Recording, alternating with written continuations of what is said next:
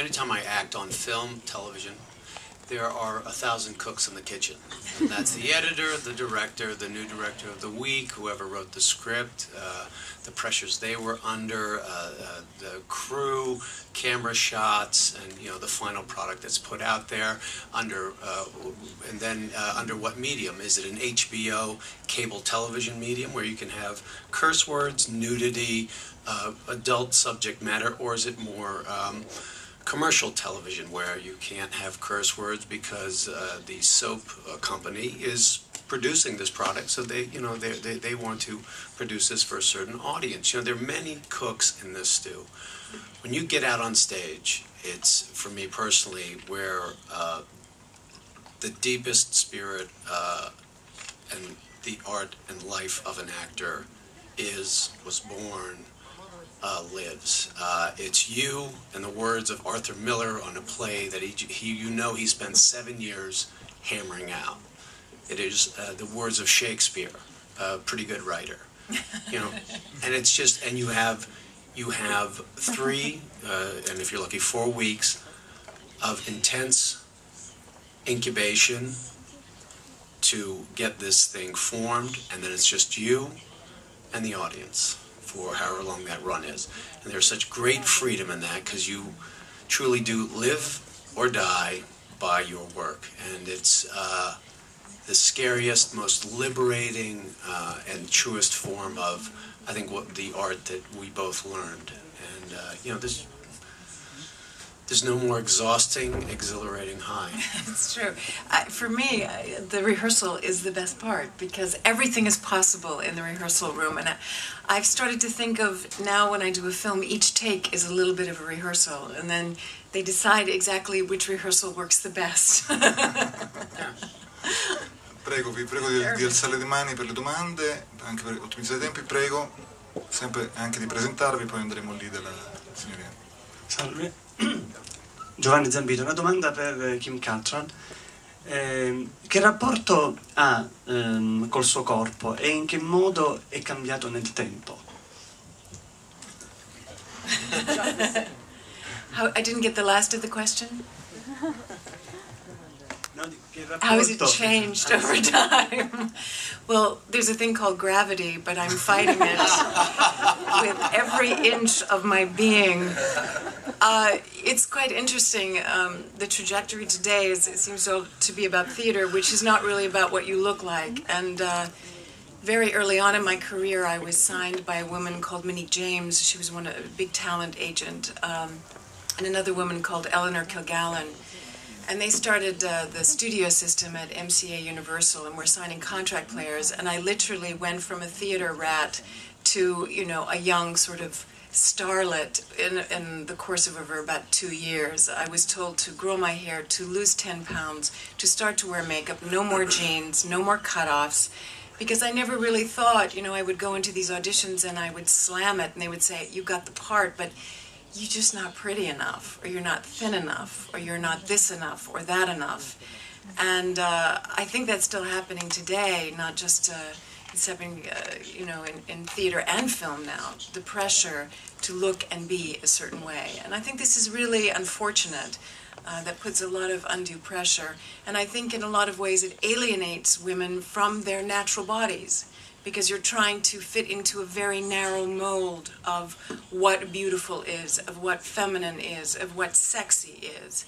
And I think one of the great things about my history is my family, who are not thin, who do not diet, who exercise when they feel like it. So I realized that I had to fit into a form, but eventually I was going to make it my own. I was not going to become anorexic. I was going to eat a healthy meal so I could do my job, not just for my body, but for my brain. And I came to the realization that ultimately it's how I feel about myself, not what other people feel. But that doesn't mean that I don't exercise. I also grew up in a time where exercising is a part of life. To run, to do yoga, to do Pilates, whatever the new rage is, to be fit is part of the mainstream. So I think that as well as that, and really how I feel about myself has really made me feel more healthy and more able to do my job and live my life as a woman in a healthier, happier place. Prego, abbiamo una domanda qui per la collega Dito, prego. Sono Mary Giuffre di America Oggi. Le volevo fare due domande, sempre tornando alla serie televisiva e al film. La prima è: ci sarà un seguito del film? E la seconda, che rapporti ha con le altre attrici, le altre protagoniste del film? Abbiamo sentito, insomma, che ci sono state delle discussioni fra di voi. Invece per Christopher Meloni... Un attimo, le lasciamo il microfono. Grazie, prego. I hope there'll be a sequel. We had such a fantastic time doing the movie, and it was quite extraordinary because after the television series, it was not on the air for 4 years. And usually when something goes off the air, people have another favorite, and it becomes sort of shelved. But the extraordinary thing about television now, not just on cable, but on regular TV, is that it is sold as DVDs. And it's going all over the world in a very fast pace. And I think in the 4 years, it also went on regular TV, edited considerably. I always wondered if the character of Samantha would be in it at all on regular TV, and I've never really been able to watch it because I felt that the show was so intrinsically unique the way it was originally. But when we were filming, a lot of people came out to support us, and this fan base just grew and continues to grow to a young generation, to the generation that it captured when it first started 10 years ago now. As far as my co-stars, we had a fantastic time to be reunited. It was a very positive experience, I think, for all of us. I think the misconception is that we are colleagues, we are actors who are doing a job. I think the need for the public, and I think for the paparazzi, to take any kind of situation and blow it out of all proportion was always there. And I think that this is something that will trail women's, especially powerful women's shows continuously. And it's something that we laugh at and we also kind of accept as part of what this history has been. But we are colleagues, we support one another, we care for one another. Are we best friends? I have one best friend who I've had since I was 16. She's not replaceable. But I am very fond of my co-stars. We spend a lot of time together, and I think the collaboration has always been of a very high level. Prego, la domanda per Mr. Meloni.